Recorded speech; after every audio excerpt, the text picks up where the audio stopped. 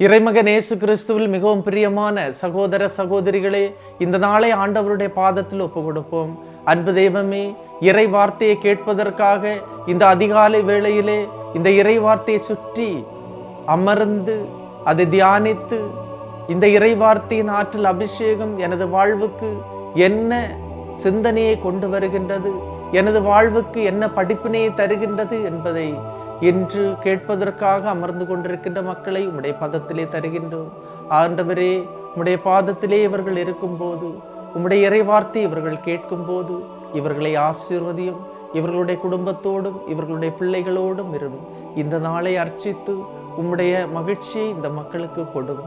இந்த நாளில் செய்கின்ற வேலைகளை, செய்கின்ற செயல்களை, வழி பயணங்களை ஆசீர்வதியும். உம்முடைய அருள்கரம் இந்த மக்களோடு இருக்கட்டும். ஆமென். அன்புமிக்கவர்களே, இன்றைய நாளிலே நாம் தியானிப்பதற்காக எடுத்துக்கொண்ட இறை வார்த்தை விடுதலை பயணம் 15ஆம் அதிகாரம் 19 முதல் 21 வரை உள்ள இறை வார்த்தைகள். பார்வோனின் குதிரைகள், தேர்கள், குதிரை வீரர் அனைவரும் கடலில் சென்று கொண்டிருக்க ஆண்டவர் அவர்கள் மேல் கடல் நீர்த்திரளை திருப்பிவிட்டார். இஸ்ரேல் மக்களோ கடல் நடுவே உலர்ந்த தரையில் நடந்து சென்றனர். இஸ்ரேல் மக்களுக்கு கடவுள் ஒரு வழியை திறக்கின்றார். அந்த திறந்த வழியில் அவர்கள் பயணிக்கின்றனர். இங்கு நாம் காண்பது கடவுளின் கைவன்மை, கடவுளின் மாபெரும் மீட்பு செயல். அழிந்து போக வேண்டிய இடத்தில் கடவுளின் கரம் தாங்குகின்றது. இஸ்ரேல் மக்கள் கடலின் நடுவே உலர்ந்த தரையில் நடந்து சென்றனர். கடலின் நடுவில் உலர்ந்த தரை இருப்பது சாத்தியமா? மனித அறிவுக்கு எட்டியது வரை அது சாத்தியமில்லை. நினைத்து கூட பார்க்க முடியாததாக இருக்கின்றது. இறை வாக்கினர்களும் ஆரோனின் தங்கையுமான மிரியாம் கஞ்சிரா ஒன்றை கையில் எடுத்து கொண்டார். பெண்டிர் அனைவரும் கஞ்சிரா கொட்டி நடனம் ஆடிக்கொண்டு அவர்கள் பின்னால் சென்றனர் என்று இறைவார்த்தை சொல்லுகிறார்.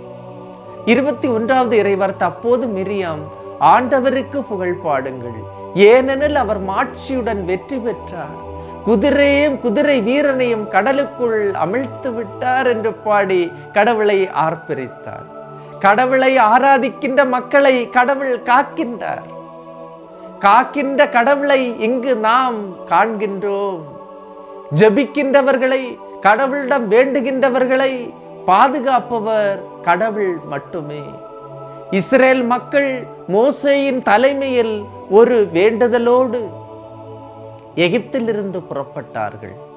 அவர்கள் புத்தியால் புறப்பட்டவர்கள் அல்ல, சக்தியால் புறப்பட்டவர்கள் அல்ல, படை பலத்தோடு புறப்பட்டவர்கள் அல்ல, சாதாரண வெறுங்கையராய் அன்புமிக்கவர்களை புறப்பட்டார்கள். இதனால் தான் மிரியாம் கையில் கஞ்சிராய் எடுத்து கடவுளை புகழ்ந்தார், கடவுளை துதித்தார், கடவுளை ஆராதித்தார், கடவுளை மாட்சிப்படுத்தினார், கடவுளை வாழ்த்தி உயர்த்தினார். கடலில் இறங்கி நடக்க பயந்தவர்கள் உண்டு. இரண்டு புறமும் சுவராய் நிற்கின்ற தண்ணீர் தங்களை மூடுமோ என்று பதைபதைத்து நடுங்கியவர்கள் உண்டு. மிகப்பெரிய அச்சத்தில் உறைந்தவர்கள் உண்டு. இப்போது ஆடி பாடுகின்றார்கள், மகிழ்ச்சியால் ஆர்ப்பரிக்கின்றார்கள், துள்ளி குதிக்கின்றார்கள். வாழ்க்கையில் மிகவும் பயந்து நடுங்கிய நேரம் எனது வாழ்விலும் உண்டு. மனது படபடத்து வியர்வை வந்த நேரங்கள் உண்டு. என்ன ஆகுமோ என்று நிலைகுலைந்த நேரங்களும் உண்டு. ஆனால் அனைத்தையும் தாண்டி கடவுள் அந்த நேரங்களை எல்லாம் களிநடனமாக மாற்றுவார். அதை உனக்கு ஆசீர்வாதமாக தருவார்.